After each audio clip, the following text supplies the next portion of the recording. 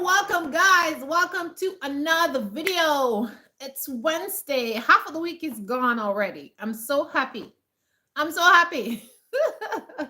But it's a freezing cold day today. Oh my gosh, it's cold out there. It's like biting. Something's like it's biting outside today, guys. I'm telling you. Anyways, guys, welcome to another video. Thank you to everybody who always come to the live, who gives suggestions, who asks questions. I really appreciate you guys. But you know something that I want you all to do? I want you to like the video.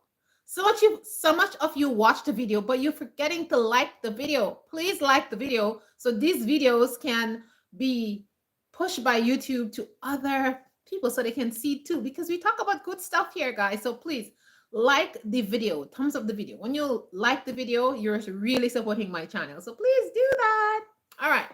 So, and again, I'm going to say if you want shea butter, if you want all natural products, go check out www.rusticandclassics.com and check out all our stuff that we have, okay? And start to buy your holiday gifts because I know a lot of you, have to buy holiday gifts. So if you have friends and family who is looking into one natural skincare, you're in the right place. This channel, your girl here, I got you. All right, so today we're talking about parents being sick and tired, paying bills for grown children, who are adults and children who think like, their parents owe them something, okay? So let's talk about that.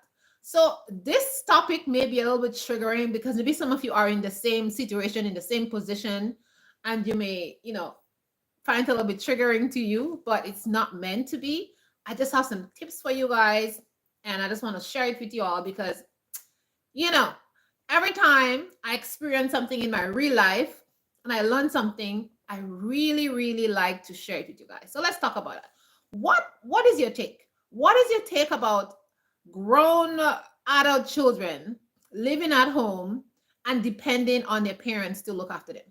What do you think of that? Shouldn't it be the other way around?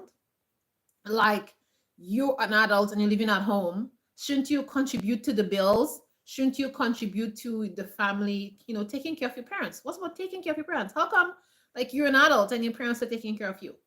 I mean, if you have a disability, if you're sick or something like that, I understand that.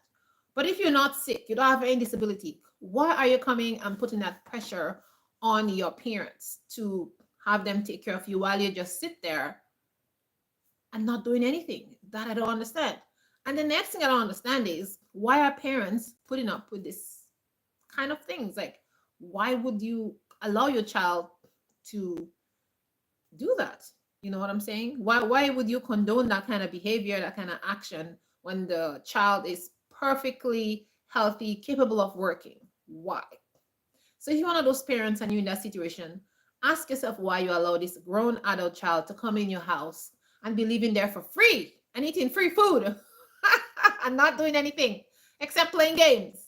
You understand what I'm saying? So let's get into the topic. So I decided to do this topic because in my old neighborhood where I lived, I noticed this couple, they always go walking with them and the son always go walking. You know what I'm saying? But I didn't even know if they had a second son, right? But I go walking too.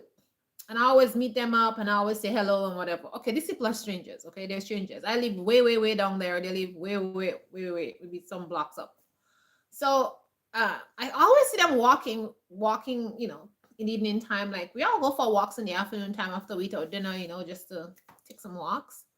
And we would walk and say hello. We become, like walking acquaintances. Every time we see each other, we'll talk. We'll say, how was the weather? This, that, whatever. And then the son is there, So then one day I saw two sons. They went walking with two boys. So the next time I saw them, I said, oh, you have two boys. I thought you had one because for months I saw you just with one young man going for walks. And then the father just poured out the information. He's like, he just basically talked about that second son who I said, oh, I didn't know you have a second son. And he just started to complain about the second son, and the second son moved back home And the second son is just like they're disappointed in him and his behavior because he's not working, he's not trying to find a job. And they're just like tired of him and his behavior and stuff like that. And even the parents are so tired that they go on vacation and they leave him there. They go away for months because they're already retired. They just go away for months and they leave him at home because they can't be bothered. They're basically saying fend for yourself because we're old, we're retired. Why should we have to fend for you when you're a grown adult?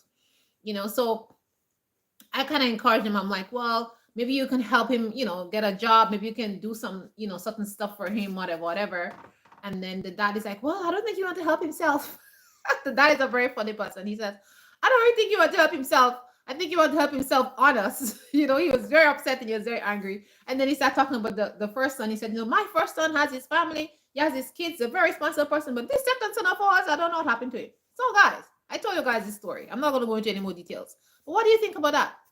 I mean, I know as parents, if your child come back home, you're gonna be like, okay, you're not gonna throw your kid out on the street and you're not gonna throw them out on the street. But what kind of standards are you gonna be putting in place for this adult who's coming back home? What kind of standards are you gonna be putting in place? What kind of conversation are you gonna be having with this child of yours who has returned back home? Comment in the bottom. I want to hear your thoughts and I want to hear your take on this topic because I think this will be an interesting topic that we should talk about. It's a sensitive topic, but I think it's something that we can talk about and give our ideas and stuff like that. And when I was talking to the man, he was so frustrated. He was so frustrated, and many times I see him again. I said, oh, how is your son? How is your son? Oh, that boy. Every time I see, he's like, oh, that boy, he's still in the basement. Oh, that boy, I don't know what to do with him. I don't know. The next thing is like he has to leave my house. He was so upset about the fact, but he wasn't like doing anything about it. You know what I'm saying? And it's been years. And recently, I went into that neighborhood, and I found out that this young man is still in his father's house and still doing the same thing. You know what I'm saying? So what do you think about that? Like, as a parent, how can you prevent that thing from happening? What are your strategies? What I mean, I don't think anybody want their children to be like unproductive. I don't think anybody want their child to be like an unproductive person, just not doing anything, just wasting their time and wasting their life. What do you think about that? Because I basically think it's just like wasting of time, wasting of your beautiful life and stuff like that. What do you think about stuff like that? Sometimes I think basically that, like, I think that some children, they go out in society and it's hard for them. It's very hard for them because of the people that they surround themselves with, and they get themselves into traps. And once they get themselves into traps, then they can't come out of these traps. I think that's one of the biggest problems when it comes to young men, like, don't have any future plans. And I think also the school system has a part to play, because I feel as I'm going to talk about Black men in particular. I find that as young Black men, a lot of young Black men has a lot of issues because when they're in school, they're not like pointed in the right direction when it comes to the education, the things that they're interested in, and they're not treated well in the classroom setting itself. So it's a negative vibes.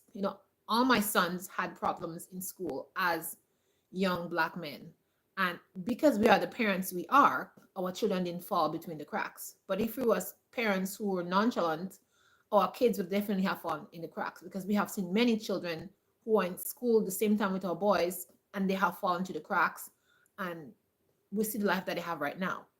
So, in our society, we have to be very, very vigilant when it comes to our Black men, because we are at a disadvantage. Not to say we are not smart, or Black men are not smart, they're smart and intelligent, but the system doesn't favor them.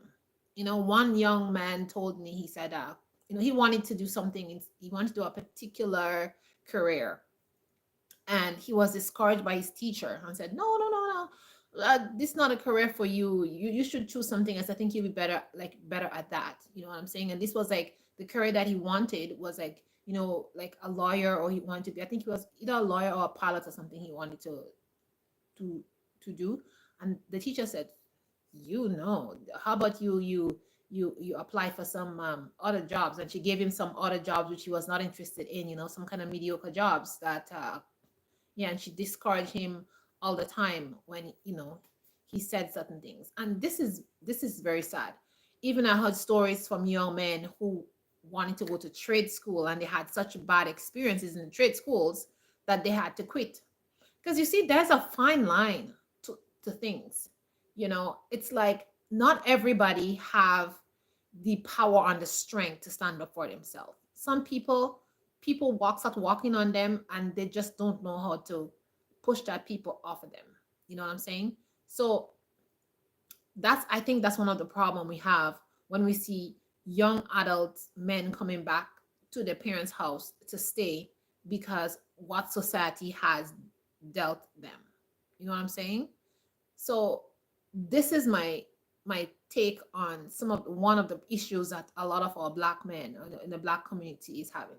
Another issue that we in the black community is having is the lack of the father in the home. So there's a lot of let's be honest, in our black community, a lot of the fathers are absent. We have a lot of single mothers in our community, and the young boys, the young men, they don't have a father figure to teach them and to lead them and to direct them in the path that they should walk. I see, my boys, they have their dad, and they come home and they go to their father. They're like, Dad, this, and the father is there. Like, okay, I'll go fix that. You have a problem with these people, I'm gonna go with you. You know what I'm saying? But a lot of our, our community, our black community, where is the man? Where is the man? And I come on this channel to say, if any of you black men are watching that and you have a son and you're absent, get a grip. Like, this is your child. This is your blood. Go and look after your kid. You understand what I'm saying? If you weren't looked after, shame on you. And if you were looked after and you are still coming and you're not looking after your kid, even more shame on you, because we need that support system. Like, God created this earth and he created mothers and fathers. He didn't create mothers alone, or he didn't create fathers alone. Like, I mean, we know situations where a parent died and a child have one parent. Okay, we understand that. But the two parent is alive, and you're there like not looking after your kid as a man. Like, get on it. Like, get on it. We need all the support that we can get in this black community. And when we see grown adults, children coming back home to stay with their parents, and just like they're in a daze, it's like they're so, how should I say it? It's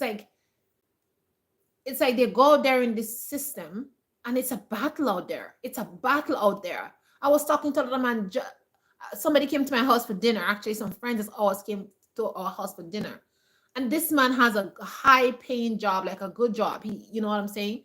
And he talks about all the SHI that is happening in his workplace. And, he talks about, like, he's a grown man with a wife and children. And the way people talk to him, and it's crazy. Shalom, Maria. How are you? Thanks for joining. Welcome. He talks about how he's a grown man. And he talks about, like, the treatment in the workplace for black grown men, the way they are spoken to when it comes to promotion. Like, he was saying that, like, he'd been working in his company for all those years and never gotten a promotion. People who's underneath him, who he's have so much experience more than them, and they're promoted and he's not promoted, and they're asking him to do things, and they don't even know what they're doing, and they're coming to him for things, and they didn't promote him. You know what I'm saying? So it's like our black men, when they go there in society, it's a battle. What it's either we are, if our black men decide to be themselves, they say, oh, we're rough, they're aggressive, they're this, they're that, they're the other. You know what I'm saying? They're ready for them to go to anger management class or whatever. You too manly, you too macho, you don't. So, our black men, they can't be themselves when they go out there, because being themselves is like a risk. Being their self, there's always something. The next thing is they don't get promoted. They don't get promoted. People just get promoted over them and they don't get promoted. Even though they've been there for a long time and they have more skills, they have more experience than the people who come after them. So it's a disadvantage. And some of our men, sadly, they say they just give up. They're like, okay, I gotta feed my family. I'm just gonna go to work and I'm just gonna do my job. I'm just gonna mind my own business, and that's what they do because they need to feed their family. But really they're at a disadvantage. And time again, we see this situation, this issue is just going on, like nonstop. And we're living in a system where this is not our system. This is another man's system. So what choice do we have? And it is our fault because we disobey the Most High. So we're in punishment. And the only way we can come out of the system is if we start following these laws, statutes, and commandments and get back to the laws, get back to holy and honor, then we can have our rightful place. But right now, we have to take all this SHI because it's our own fault. But like I'm saying, our men are out there and it's a battle. It's a battle every single day. Every single day. I've worked in companies before and I see my boss. Every day I come to work, he looks at the time. He sits in front of the office where everybody comes in. He says hi to hi when they comes in. People come in. He doesn't be looking at the clock. But when I come in, he looks at the clock. I see him all the time. He looks at the clock. But me, since I know I'm at a disadvantage, guess what? I come to work early. You understand what I'm saying? I come to work early, 5-10 minutes early. One day I came to work like 2 minutes to the time. And he said to me, oh, it's like 2 minutes to 8. I'm like, yeah, I know, but it's not 8 o'clock. I start work at 8. You understand what I'm saying? So this is what our men go through when they go to work. It's like, if we're in school, we have to get higher marks. If we're working somewhere, we have to keep our mud closed, all that kind of stuff. So when we see our Black men coming home and sitting down and not doing anything, like sometimes we have to think and say, what's wrong? Before we make any drastic decisions, we have to say, okay, what's wrong? We really have to have a conversation with our children when they come back home, especially our men, and see like, what happened? What happened? And when it comes to our girls too, we always have to say like, what happened, honey? What happened? Why are you home? What's the problem? Why are you sitting here? Why are you not interested in going back in the workforce? Why? And when it comes to grown parents paying bills for adults, look, if your child is going through a stressful situation, I think it's okay to help them out a bit. But I think there's also a time for healing and there's a time to stand up for yourself and stand up for your rights. Because I don't know where we get this attitude saying that, oh, let's give it up for peace. Huh? Let's give it up for peace? No. You need to stand up for your rights. You understand what I'm saying? You may feel beaten down. You may feel that people are just, are treating you like a doormat. You may feel that way.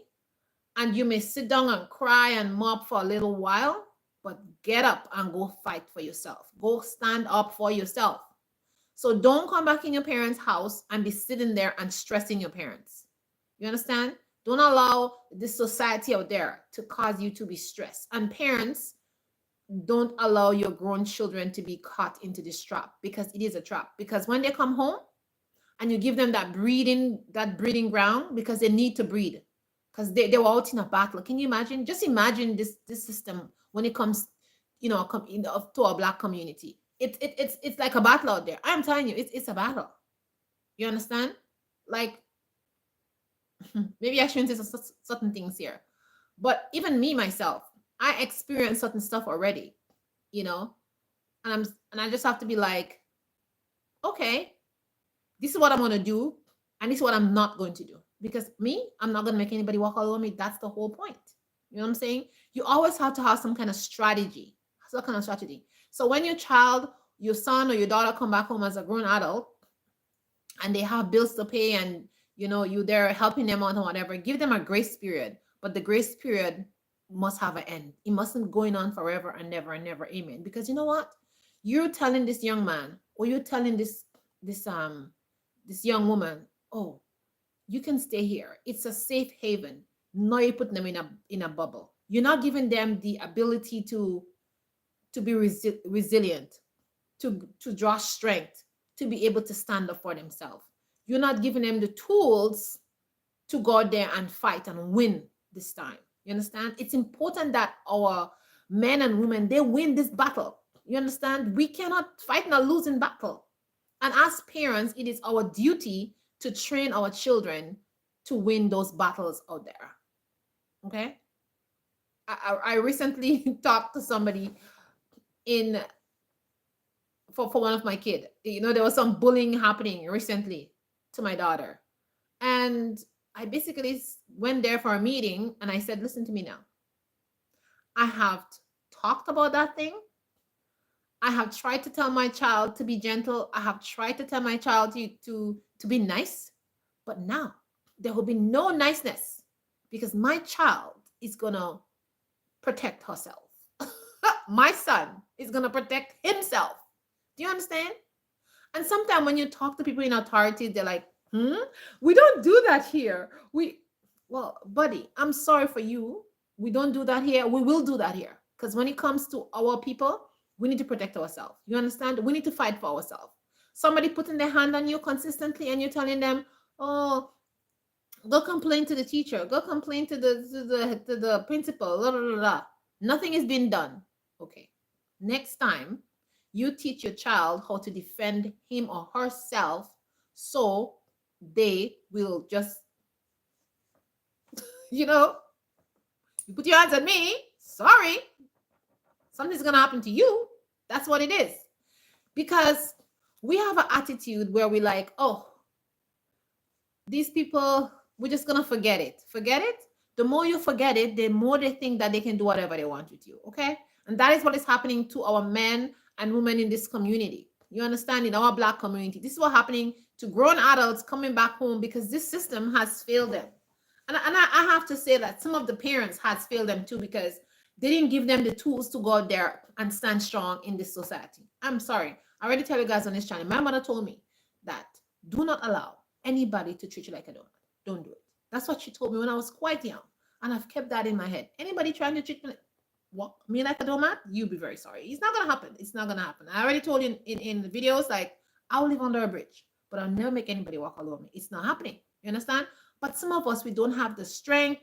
We don't have the courage. We don't have somebody pushing behind of us to do that. So we're just like, okay, I give up. I throw in the towel. I'm going to go home to my parents. Okay? And parents, when those children come home, please give them the tools now to go out there and win these battles that they're fighting. And another thing I find is, like, we need to have a better support system when it comes to, like, our families in our community. I think if you look at the Asian community, if you look at the Indian community, if you look at the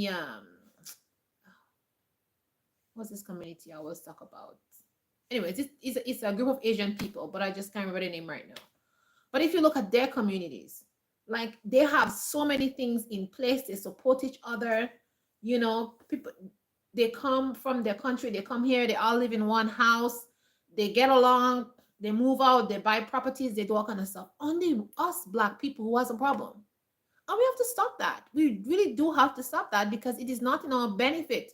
Like, we need to come together as a team and we need to fight for the things that is right for us so we can have success as a nation of people. And that is our problem. Every time, we can't unite, we can't come together for the betterment of our community. It is a very, very wrong and very bad thing. And that's why we have grown adults, children coming back home because they don't know how to, they don't know how to make it in society. They don't know how to make it. They don't know how to live out there because it's just tough and it's just hard. And, they're just like the sand and the wave is just beating at them every single turn, and they have nowhere to put their head. And another thing is, we need to support our people. When somebody come to you and tell you, listen, man, things are hard with me. Things are tight with me. Like there must be some kind of system where we can say, brother, let me help you out. Brother, give let me give you some advice. Brother, you know what I'm saying? Like we need to like don't turn our back on our people. Oh, every man to themselves. Everybody must float their own boat. Everybody must do their own thing. I don't have time for that. That's not what the other nation says. That's not what the other people says. They come together and they help in their community. I see many communities, other nations, that's not our Black nation. They come together, they help single parents, they help build homes, they do so much things together. Us, we are the least. I'm not saying we're not doing anything, we're doing some things, but it's very minute, the things that we are doing. We need to have some conversations on this channel. We need to have some conversations on this channel about our Black community and how we can, stop certain things that is happening in our community. And yeah, like, grown children coming back home, grown adults on the streets, it's like the teenage pregnancies, the not, the regular just our sisters are pregnant. Like we have to stop that, like I see on my channel. Listen, we belong to our men. But if our men are weak, if our men are not strong, if our men are not proper, we can't belong to them because they wouldn't know how to take care of us, right? They wouldn't. So it is our best interest as mothers to make sure that when we decide to go and pick a mate, to have those sons and those daughters, that we make a good choice. And it's important, men out there, if you're there watching this channel, it's important is to to realize who you are. Realize who you are. You are not just anybody. You are somebody. You are a king. You know, you are a god, like the scripture says. You're a little bit lower than the angels. Do you know that? It's like, men out there, please, like, you need to know who you are. And the sad thing about it is a lot of our people don't know who they are. They're walking around all shamefaced. They're walking around all broken. But you're a great people. You're a great nation. You're the favor of the Most High, and you don't know that. That's why you have all these problems. You know what I'm saying? And somebody needs to tell you that. Somebody needs to shout it out from the rooftop, like, Israel, Israel, you are God's chosen people, and so don't walk with your face hanging down. Don't feel broken. Like, you have somebody who can fight for you. You have somebody who has power, who can give you every single thing. The cattle on 1,000 hills belong to the Most High. So you don't need to be in that situation. And I just want to come on my channel and say that, because when I see grown adult women and men coming home and staying with their parents and having such issues, being on drugs, and doing all that kind of stuff, it's just heartbroken. It's just heartbreaking. You know what I'm saying? And I'm thinking, such a lovely young man should have been like married, with some children, and being like a pillar of strength for other men in the community, you know. So yeah, we need to build community among ourselves. And on this channel, it's all about positivity. It's all about telling our men who they are, telling our women who they are, speaking truth, giving knowledge and wisdom, and understanding, you know, because we really have to like give support to our men. We really have to. Our men is just like, they're dying out there. In their heart, they're dying out there. I'm telling you right now. You know? So yeah, that's right. That's right. We don't have to be enablers. Yeah, we need to give support, but we can't be enablers. You're very right, Maria. We cannot be enablers. You know what I'm saying?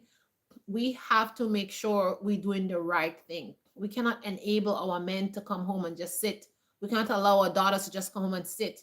And then you're paying their phone bill. They're just there on Instagram, YouTube, doing all kind of stuff. And they're not like bettering themselves. They're not saying like, okay, I went through a hard time. It's tough out here. My mom, my dad, or my mama, whether you're a single parent or a single dad or whatever, or your mommy and daddy, doesn't matter which one. You come back home, like, yeah, you don't enable them too much. Once they heal, once you give them that grace period, like set things in place, set things in motion, give them the tools to say, okay, now, okay, you've come home.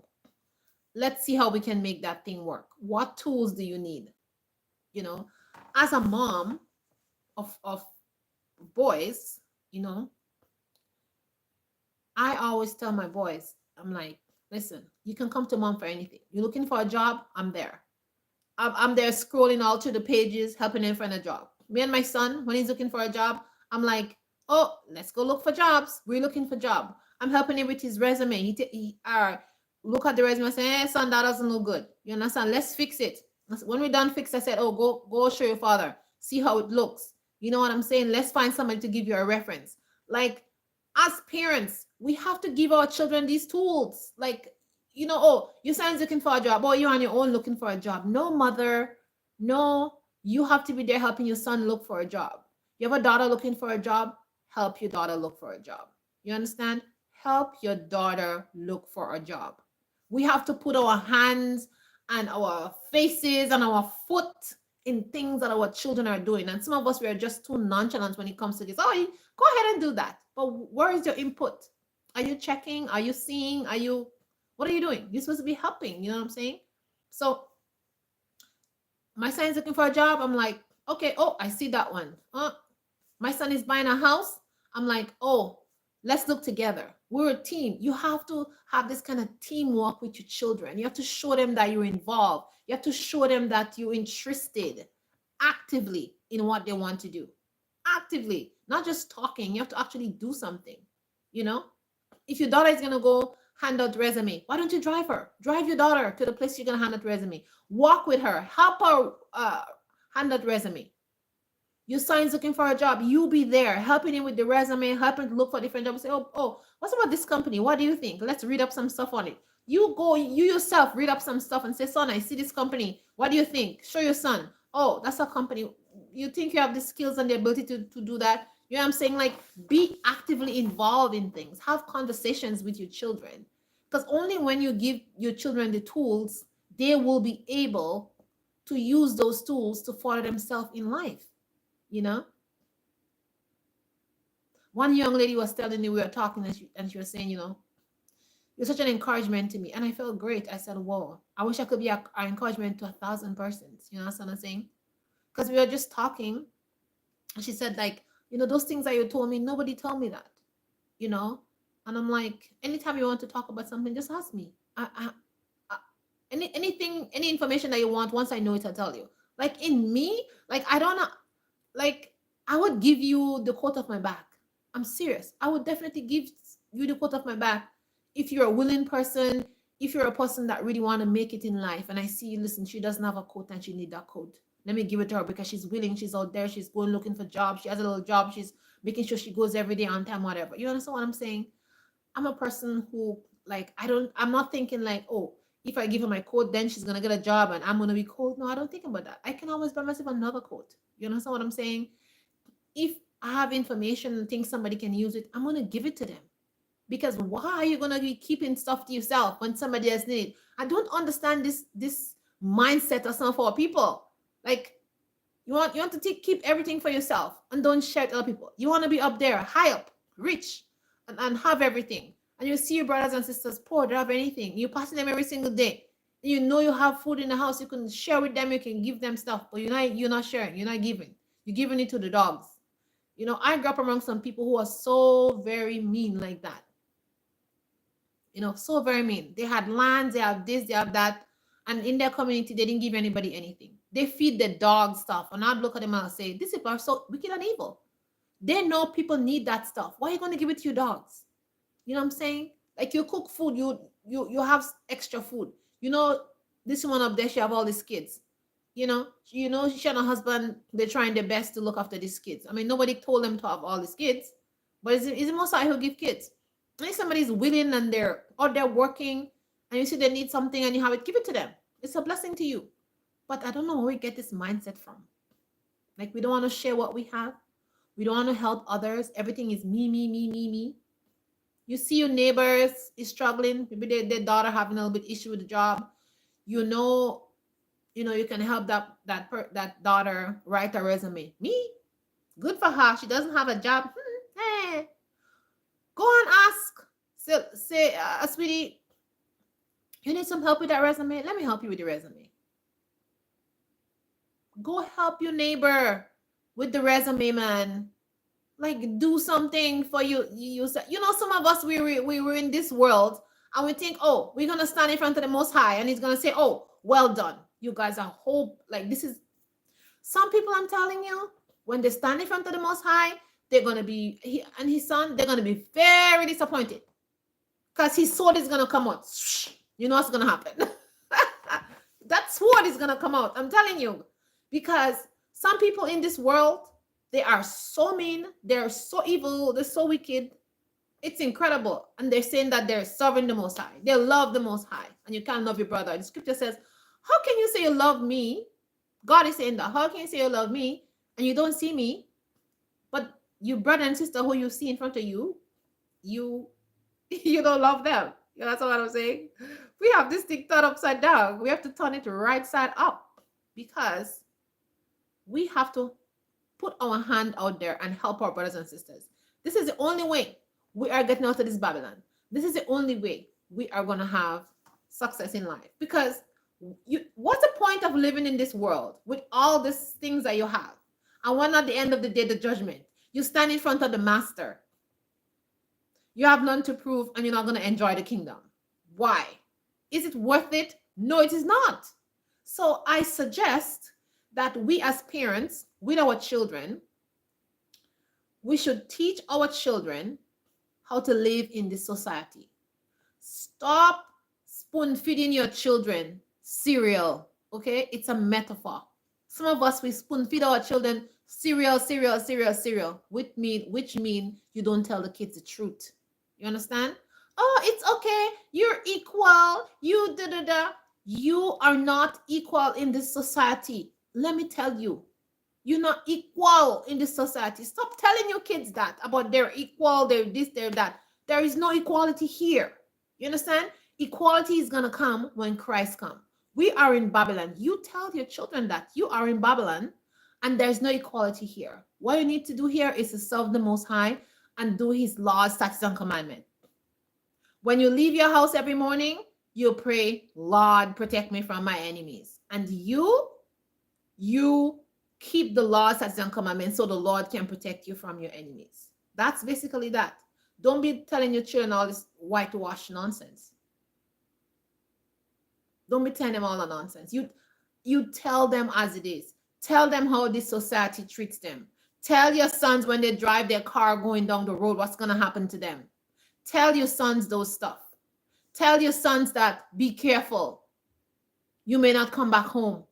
Kiss your kids when they leave your house. It may be the last day you see them. All right? It's like there's so much profiling. There's so much this, there's so much that. When me and my brother was going somewhere, my brother like have nice cars, love nice cars. You understand what I'm saying? And he was stopped. Racial profiling because he has a nice car. Do you understand? Tell your kids the truth. Listen, the scripture says that my people die from lack of knowledge. The knowledge that you're keeping away from your children, this is what is causing them to get into problem. This is what making them come back to your home. You know, I don't know. In our Black community, there's something about secret. We don't want to tell our kids this. We don't want to tell our kids that. Do you think that's what the other nation does? No, that's not what they do. They tell their kids everything. They tell their kids everything. We don't tell our kids nothing. We just send our kids out there like birds flying around. Nothing. But they tell their kids every single thing. Years ago, I was at the grocery store. And I see this woman from another nation. She coming to the store with her child. I think she was a homeschooling mother. And this little girl, she was there. She showing her the prices of stuff. She was talking to her about higher purchase. That little girl was like a 6 or 7-year-old kid. That girl had a little list and she was going around saying, the head mother was telling her, okay, this is, we need to buy some canned stuff. Which one should we buy? This one is this price. This one is that price. Which one should we buy? And the girl was there saying, oh, this one is cheaper. I think we should buy it. And the mother was asking her, well, why? And that girl, she was like expressing herself. And I'm saying she was like between 6 and 7 year old. You understand? But you can see that she was like she's like homeschooling her kids. But she was like on it with her children. You understand what I'm saying? She was ensuring that her children, when they come to the store, they know, don't buy that. That is more expensive. Buy this. This is cheaper. This is better. Read label. And I mean, I was in the grocery store for about an hour because this was just interesting. Interesting. I followed her. Well, I won't say followed her, but I did my grocery shopping that day slowly because I was at home too with my kid. And I would go to the grocery store in the morning time when it wasn't very busy. And yeah, like I couldn't help myself just shopping slowly and going through the aisle slowly just to hear all the stuff she's selling that 6 or 7 year old child. You know, higher purchase. What is that?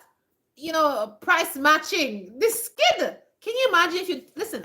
If you teach your child this thing from since the children are this age, 5, 6, 7 years old, and you continue to teach your child all these things, by the time this child become an adult, you know what happened? This child knows how to spend her money properly. She knows how to make the financial decisions, all that kind of good jazz. Can you imagine that kind of stuff? These are the things we need to be teaching our own children. Do you ever take your child to the grocery store and make sure that you say, okay, we're buying eggs, flour, whatever? What's it? Do you do that to your kids? We need to get smart. We need to get smart when it comes to our children so our kids won't have this problem. You know, I tell my kids some things they're small, say, you need to know how to iron. You need to know how to clean. You need to know how to deal with your money. You need to know about saving. You need to know about budgeting. Since they were young, every one of my child had they have the money jar up to now. They have the money jar where they put their money. They have to decide how much money they're going to spend. We go to the store, I'm like, okay, how much money are you going to spend today? If you spend that amount of money, how much money are you going to have left? You know what I'm saying? I open an account so that I said, you manage your money. If you be spending your money, you don't have any money in the bank account. You understand what I'm saying? You have to teach your children finances since they're young.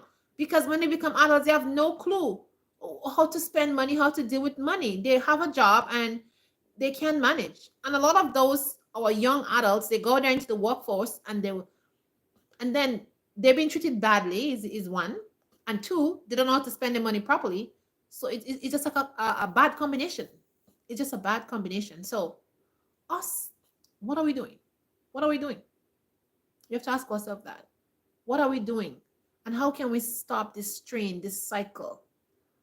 How can we stop this cycle? How can we stop that stuff?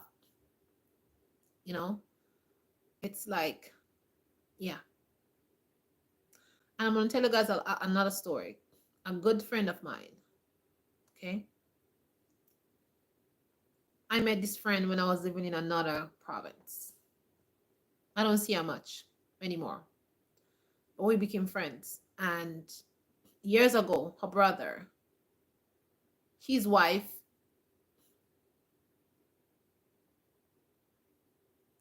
just left him. Okay? Because she said that the husband, he's coming home and he's not assisting at home and stuff like that. But this young man has been working since he was 16 years old, right? He's always supported his siblings. He's always supported his parents. He always know he has his family, supporting his family. But you know what happened? When that young man goes to work every single day, he has to deal with so much things at work. When he comes home, you know what he wants to do? He wants to go downstairs with his boys and just relax and play games. You understand? That's what he wants to do. He doesn't want to do anything else. He says, like, you know what? I've been working in this job since I was 16 years. You understand what I'm saying? Now I'm a man. And, he has benefits from this job. He doesn't want to leave this job because that's basically, you can say that's all he knows. I think that was his second job or whatever. And now he's getting benefits, he's getting pension. It's a secure job for his family. But that job, it's stressful. It's stressful, but he's doing it for his family. And so that wife, she walked away. I think we all have we can decide to make choices in our lives. because everybody wants the best for themselves. But again, that's where the parenting comes in. Because if that young man had a father figure in his life, which he doesn't have, that father would have guided him in a direction and say, listen, son, you work for this company since you were 16 years old. Now you're a grown man, you have a wife, you have children. I think it's time to let's see how we can step away from this company. You have experience, you have this, that. Let's find you another company that, you know, it's not as bad as where you are, you know? But when you are there fending for yourself, doesn't have that parental guidance, things are going to happen to you in your life because you don't have that support, you don't have that know-how, you don't have that knowledge. And it's very, very sad. And I always say, like, in I have this big heart. I feel like, you know, God didn't make me rich. He has his reasons. But if I was rich, or if I had like all these billions of dollars, I'll definitely go and I put my money to good use and, you know, open, build places, do stuff for my people, you know, see how I can help the best way that I can.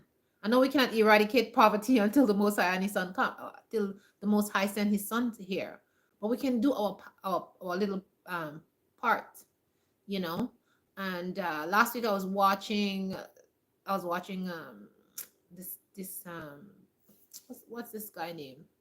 I just can't remember his name. He's one of those prominent black brothers there, but he was talking about how he built two institutions for a black community, and he's talking about the stuff that he does. You guys know who I'm talking about, but I just can't remember his name at the moment.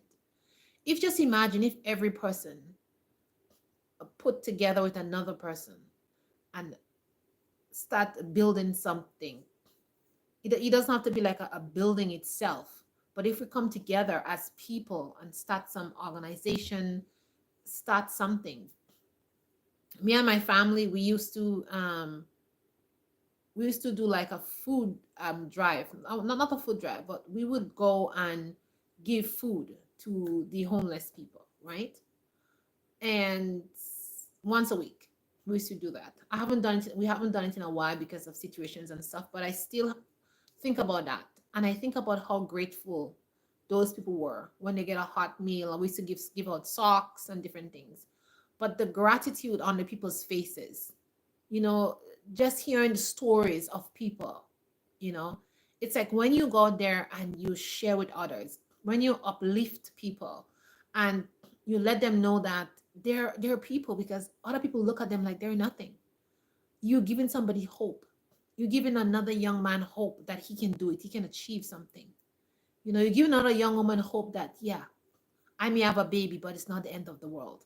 I may come back to my parents' house, but I can go there and make it again. We need to give hope to our young men and our young ladies in this society. We need to stop saying, oh, everybody must float their own boat. We need to stop being enablers. Like, yeah, stop being enablers, but we do need to support. If you can giving somebody money is not everything, but you can support people in other ways besides giving money. You can be up somebody's shoulder to lean on. You can give somebody some food. You can give them clothing. You can be somebody that they can come to, or looking for a job, they can come to you. You can help them, you know, write some resume. You can help somebody, you know, go shopping. Maybe some places where clothes is cheaper, you know, where they have sales at a certain time. Like, you can share that information with people. Knowledge is power. Knowledge is power. Stop keeping knowledge to yourself. Let's follow the words of the scripture that says, my people die from lack of knowledge. Let's not allow our people to die from lack of knowledge. Let's get rid of this sick and tired mentality. It is a trap. It is a trap against our own self and our own people. You think that you're not helping somebody is a good thing? No, it is not. You think saying everybody must float their own boat is a good thing? It is not.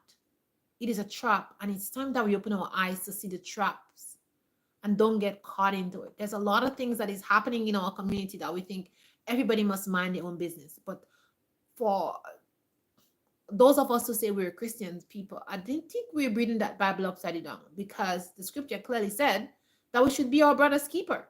So that means if you're a brother keeper, their business is your business. You understand? There are situations where people are just crazy and you need to stay from them for your own protection. You understand? I'm not talking about a situation. In a regular 90% situation, you should be your brother keeper. The 10% of the crazy people, leave them, because the Bible also tells you that if a fool doesn't want to listen, then you can't make him listen. He'll be a fool forever. You understand? And it also tells you, correct a fool sometime and do not correct a fool sometime. If you read in your Proverbs and you other scriptures like Ecclesiasticus, if you read all those scriptures, you'll see definitely there's wisdom, all the wisdom the scripture give you in the Bible. You understand? Yeah. So these are the things that I want to talk about today. And I just want to talk to parents, because I'm a parent myself. And I just want to say that don't enable your children, your grown children. Don't enable them. Give them the tools. Give them the tools. Give them that rest period. Give them that grace. But don't be enablers to your children. Provide them with things that they need so they can survive in this world. And support your children physically. Physically support them, not just talking. You have to take action. Take action, like I said. Take action. Be with them. Let them see mommy in front of them. Let them see daddy in front of them. Helping them, assisting them. Yeah, me and my sons, we go there and we're doing stuff together. I'm with them. I'm with them. My son is looking for a house. I'm with him. His father is with him.